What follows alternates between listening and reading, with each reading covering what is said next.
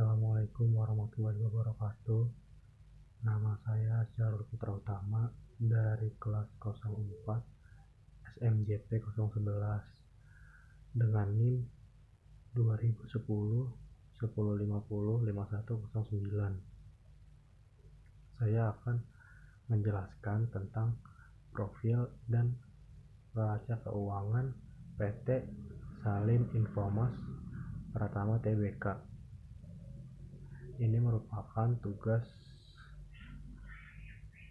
ujian tengah semester mata kuliah manajemen keuangan dengan dosen pengampu Bapak Iman Lubis. PT Salim Infomas Pratama itu didirikan pada tanggal 12 Agustus 1992 dan mulai beroperasinya pada 1994. Awalnya perusahaan ini hanya bagian kecil dari Salim Group yang memulai bisnisnya di Kayangan, Riau. Kepemilikan sejak April 1997 sudah dimiliki oleh Indofood Sukses Makmur dengan nilai saham 80% bersama PT Antiboga Sejahtera, PT Salim Oil Gas, dan PT Bitung Manado Oil Ltd dengan memegang saham lainnya. Bisnis PT Salim Infomas Pratama mulai berkembang ketika Pak Salim hendak membangkitkan kembali bisnis agrobisnisnya. Sebelumnya pada 1999, Salim telah menyerahkan PT Salim Sawit Indo, PT Baskara Multi Permata, PT Minamas Gemilang, dan PT Anugrah Sumber Makmur pada BPPN untuk membayar hutang BLBI ke BCA pada 1998. Pada 14 Maret 2001, perusahaan dengan lahan 270 hektar dan 25 anak usaha ini dijual pada Gutre Berhad, perusahaan yang kini dimiliki oleh Malaysia oleh BNPPN dengan harga $368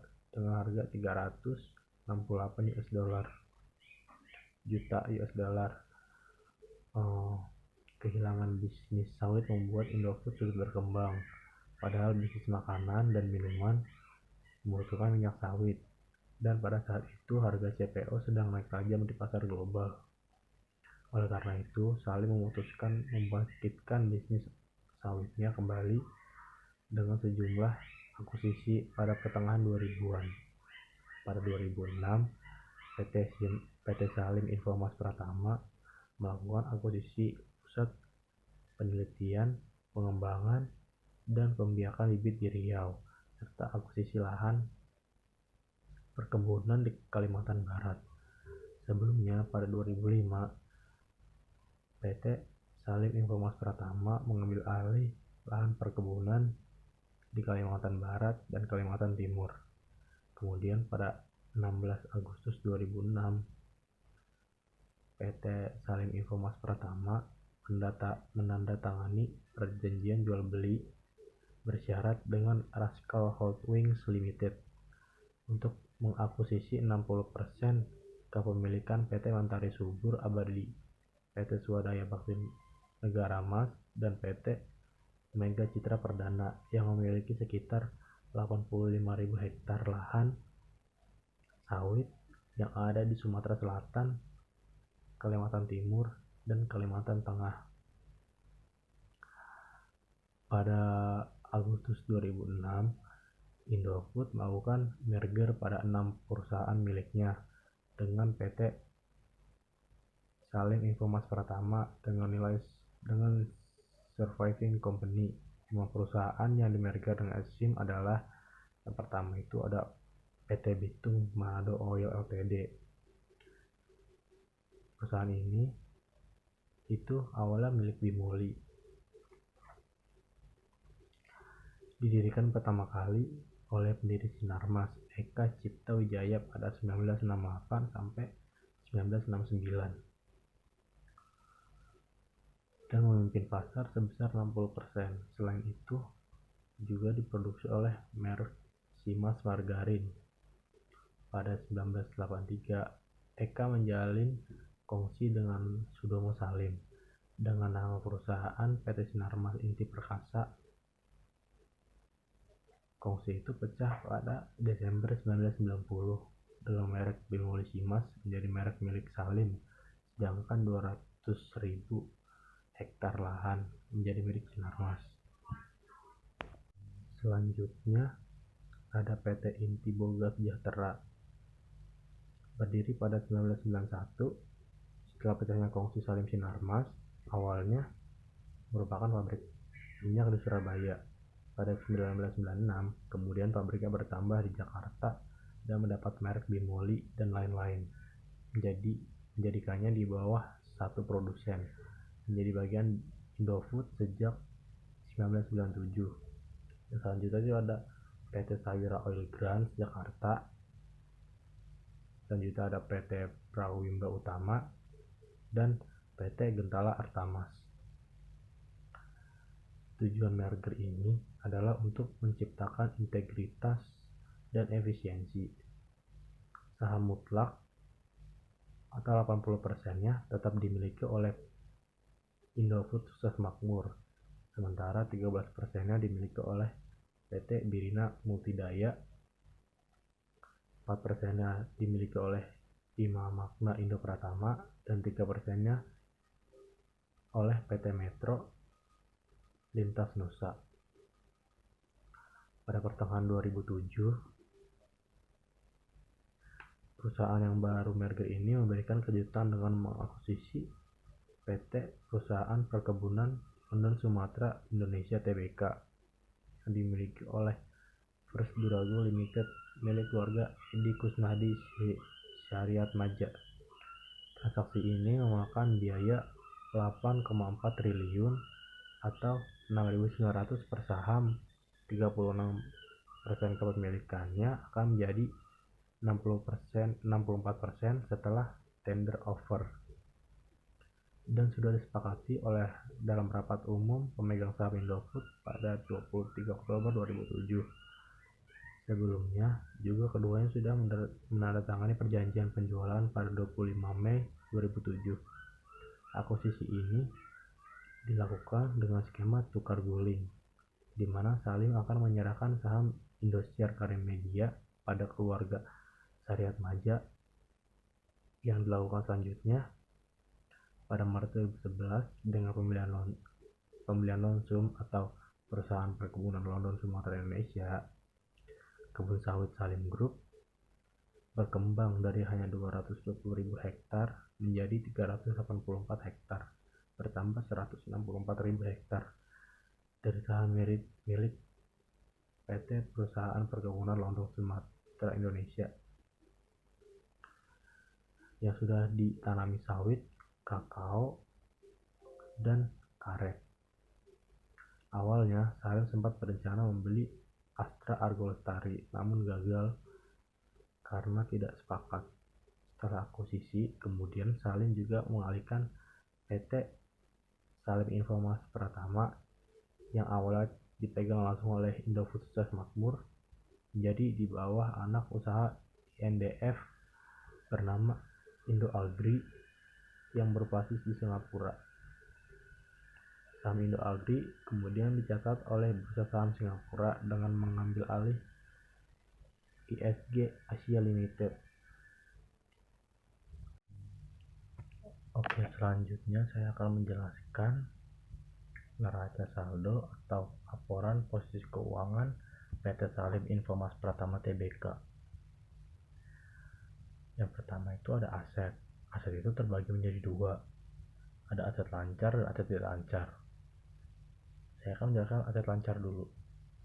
Pada 2020, yang saya sajikan di atas ini, ada aset lancar. Itu ada kas atau setara kas sebesar 2,427,079 triliun. Sedangkan ada piutang usaha yang terbagi menjadi dua. Yang satu pihak berelasi sebesar 541.184 miliar. Ada pihak ketiga sebesar 654.426 miliar. Selanjutnya ada piutang lain-lain sebesar 103,969 miliar. Selanjutnya ada persediaan sebesar 2,671.909 triliun. Yang selanjutnya ada pajak dibayar di muka sebesar 230.281 miliar. Selanjutnya ada uang muka pemasok ada 321.266 miliar. Selanjutnya ada biaya dibayar di muka sebesar 19,128 miliar. Selanjutnya ada aset biologis sebesar 777.388 miliar. Terus selanjutnya ada aset tidak lancar yang dimiliki untuk dijual, itu ada sebesar 62,326 miliar, sehingga totalnya menjadi 7,808,956 triliun rupiah. Selanjutnya ada aset tidak lancar pada 2020. Yang pertama ada piutang pihak berelasi sebesar 404,441 miliar. Tagihan dan keberatan atas hasil pemeriksaan pajak sebesar 105.706 miliar. Selanjutnya ada piutang plasma ada 1,598.254 triliun. Selanjutnya investasi pada entitas asosiasi sebesar 1,316,286 triliun. Selanjutnya ada aset pajak tangguhan sebesar 559.195 miliar. Selanjutnya ada goodwill sebesar 2.320.823 juta. Ada aset biologi sebesar 313 miliar,453 juta. Selanjutnya ada aset hak guna sebesar 130,332 miliar. Selanjutnya ada aset tetap sebesar 20.266.991 juta. Selanjutnya ada aset tidak lancar lainnya sebesar 1,14,817 triliun, sehingga total aset tidak lancar itu mencapai 27,586,308 triliun. Selanjutnya ada liabilitas dan ekuitas. Pada 2020, liabilitas jangka pendeknya itu mencakup utang bank jangka pendek sebesar 5,944 triliun. Ada utang usaha yang terbagi menjadi dua. Yang pertama itu pihak ketiga sebesar 711 miliar,556. Yang kedua ada pihak berelasi mencapai 73,478 miliar.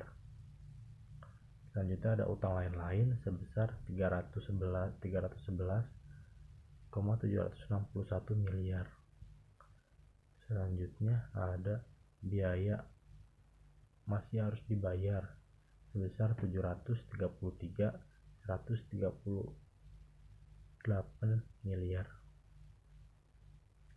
Selanjutnya ada utang pajak sebesar 282.851 miliar.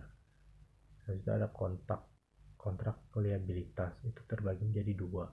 Yang pertama pihak ketiga sebesar 238.765 miliar.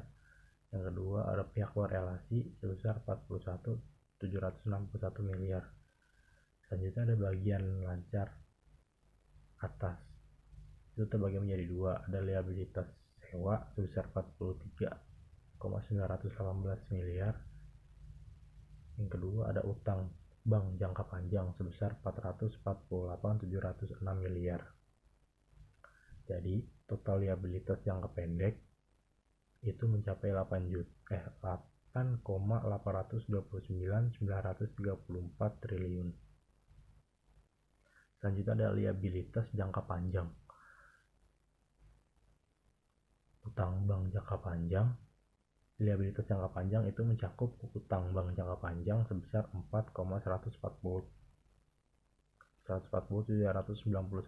triliun. Selanjutnya ada liabilitas sewa sebesar 20.359 dolar miliar. Selanjutnya ada liabilitas imbalan kerja sebesar 1,913,683 triliun. Selanjutnya ada liabilitas pajak tangguhan sebesar 378,978 triliun miliar. Selanjutnya ada utang pemegang saham dan pajak yang berelasi lain sebesar 1,582,427 miliar.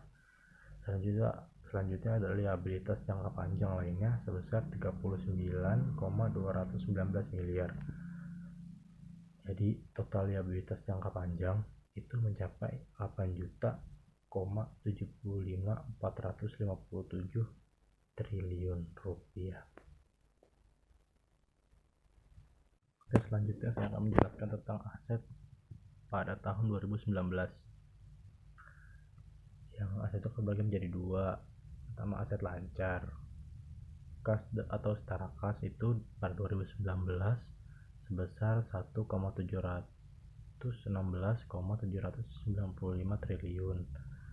Ada piutang usaha yang terbagi menjadi dua. Yang pertama itu pihak berelasi mencapai 532 miliar, 075.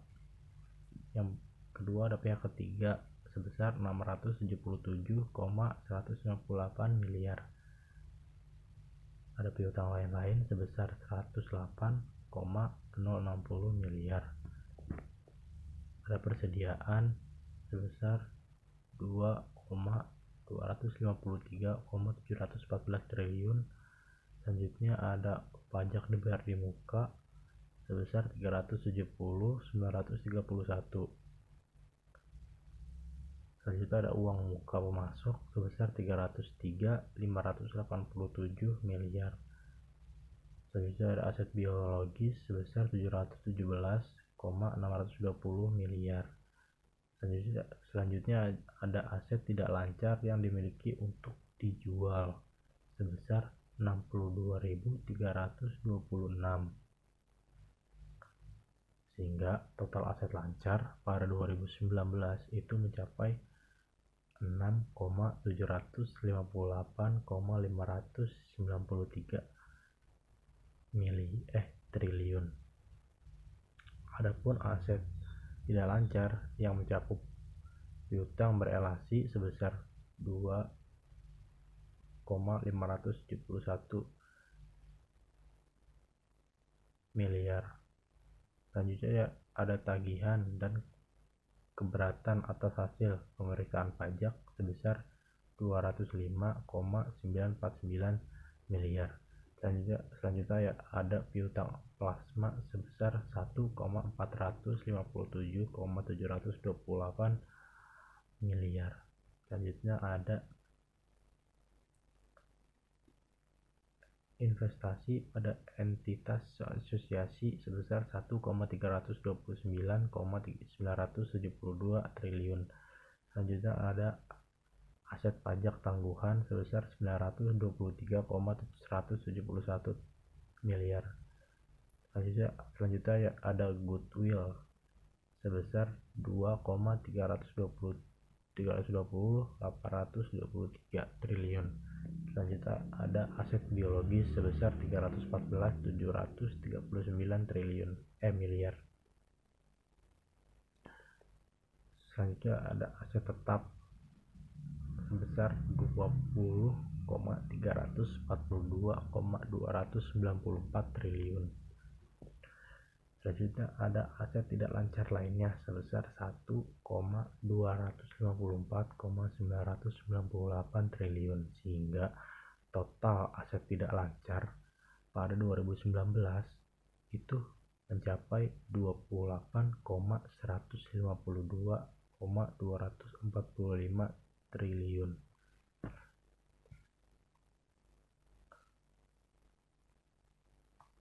Selanjutnya itu ada liabilitas dan ekuitas. Pada 2019, liabilitas jangka pendek yang terdiri dari utang bank jangka pendek itu sebesar 6,244.000 triliun. Selanjutnya ada utang usaha.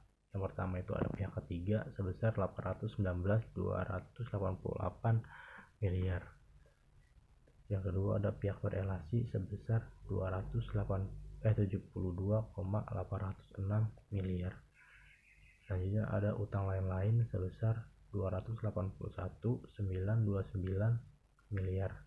Selanjutnya ada biaya masih harus dibayar sebesar 552.346 miliar. Selanjutnya ada utang pajak sebesar 87,201 miliar. Selanjutnya ada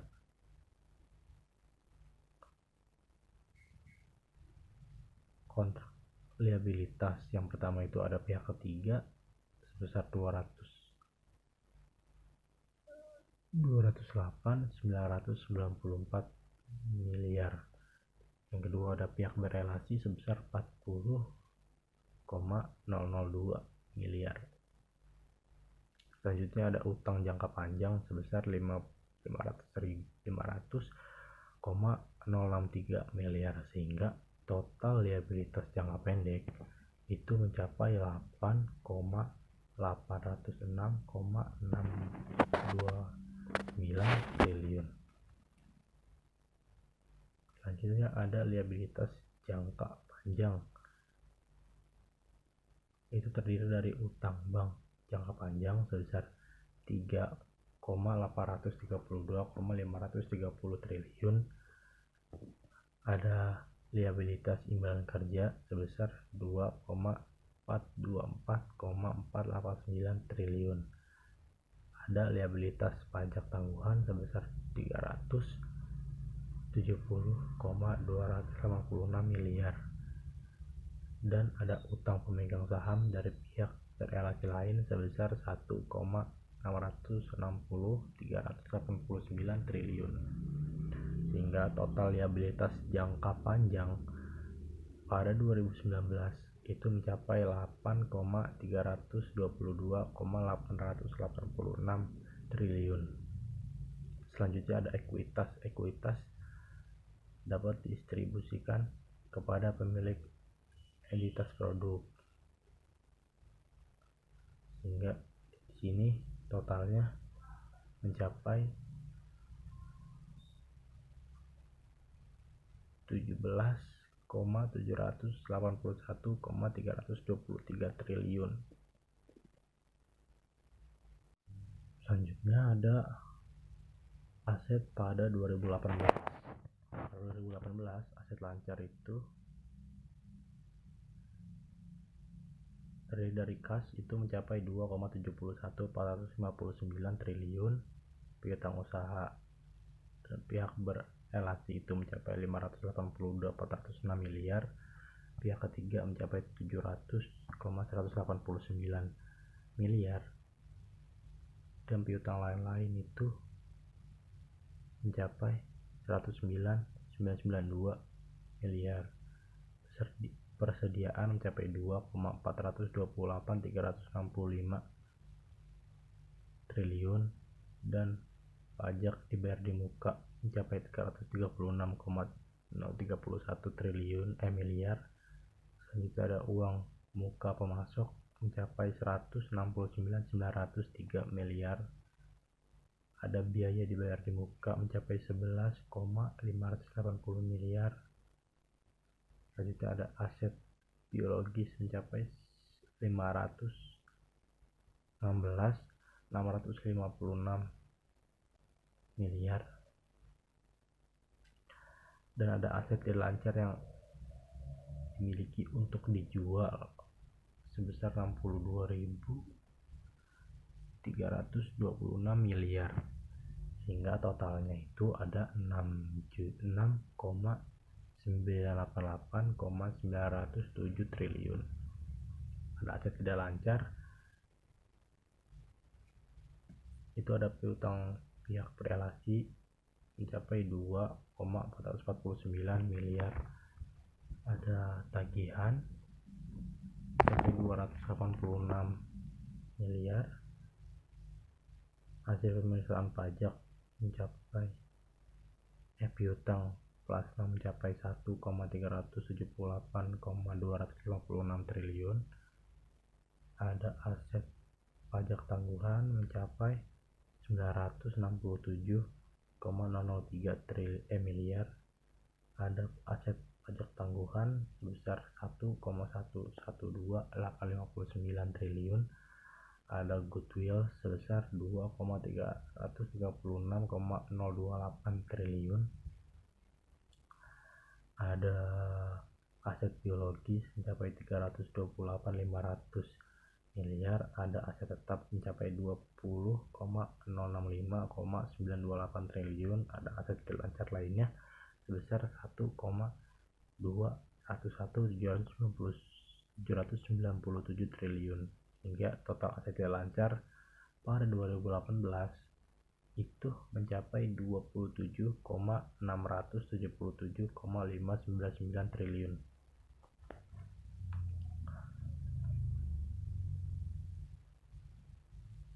Selanjutnya saya akan menjelaskan tentang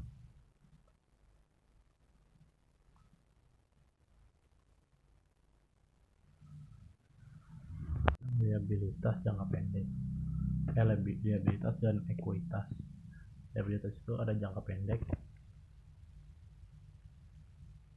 itu totalnya pada 2018 mencapai 7,791,396 triliun. Ada liabilitas jangka panjang juga dengan total 8,588,433 triliun. Ada ekuitas pada 2018 itu totalnya menjadi 18,286,677 triliun. Selanjutnya ada, dan saya akan menghitung totalnya dari laporan keuangan.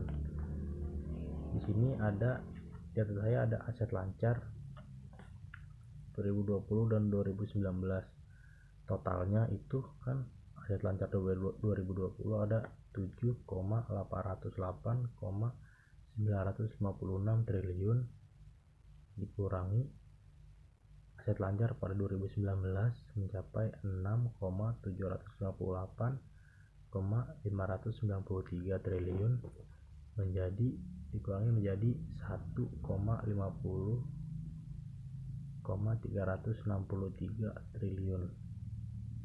Selanjutnya ada aset tidak lancar pada 2020 totalnya mencapai 27,586,308 triliun dikurang 2019 yang mencapai 28,152,245 triliun, sehingga totalnya menjadi min 565,937 miliar. Selanjutnya ada hutang jangka pendek 2020 totalnya menjadi 8,829,934 triliun dikurang utang jangka pendek pada 2019 mencapai 8,806,629, jadi totalnya ada 23,305 miliar. Ada utang jangka panjang pada 2020 totalnya 8,75,457 triliun dikurang pada 2019 totalnya utang jangka pendek 2019 totalnya ada 8,322,886 triliun, sehingga totalnya menjadi min 247,429 miliar. Selanjutnya ada ekuitas. Total ekuitas pada 2020 itu mencapai 18,489,873 triliun dikurang ekuitas pada 2019 itu mencapai 17,781,323, jadi totalnya 708,550 miliar. Nah, saya akan menghitung ininya. Jadi ada aset dan ada aset itu yang 1,50,363 triliun dikurang min 565,937, di totalnya 484,426, dan ada 23,305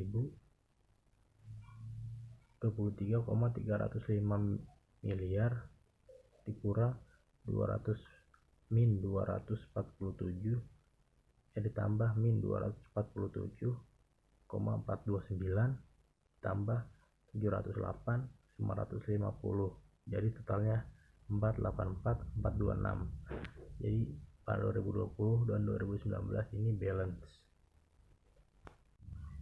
Selanjutnya saya akan menghitung pada 2019 dan 2018. Aset lancar pada 2019 yaitu totalnya ada 6,798,593 triliun, dan total aset lancar pada 2018 itu ada 6,988,907 triliun, sehingga totalnya dikurangi menjadi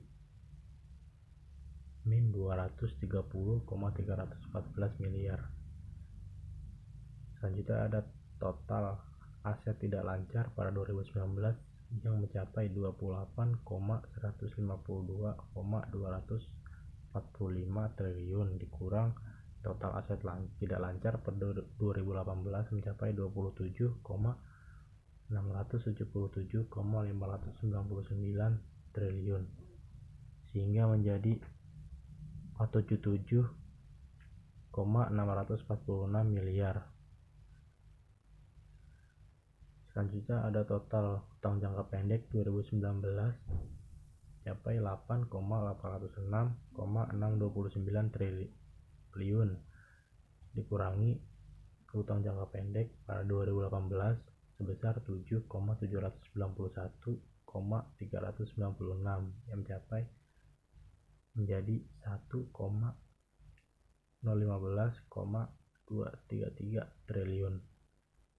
Selanjutnya ada total utang jangka panjang pada 2019 itu ada 8,322,886 triliun dikurangi total utang jangka panjang 2018 yang 8.588,433 menjadi min 265,547 miliar. Selanjutnya ada total ekuitas pada 2019 yang mencapai 17,781,323 triliun, dan total ekuitas pada 2018 mencapai 18,286,677 triliun, sehingga totalnya min 505 miliar. Saya akan menghitung ini total aset dan piutang. Asetnya ada min 230,314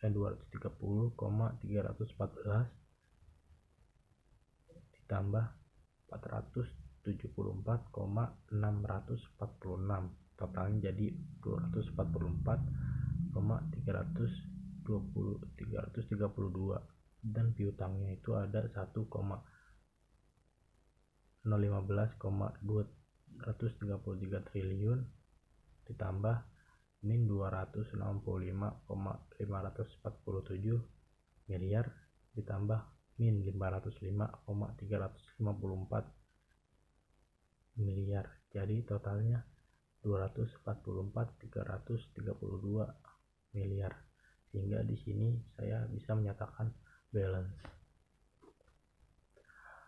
Oke, sekian penjelasan dari saya, kurang lebihnya mohon maaf. Billahi taufiq wal hidayah. Wassalamualaikum warahmatullahi wabarakatuh.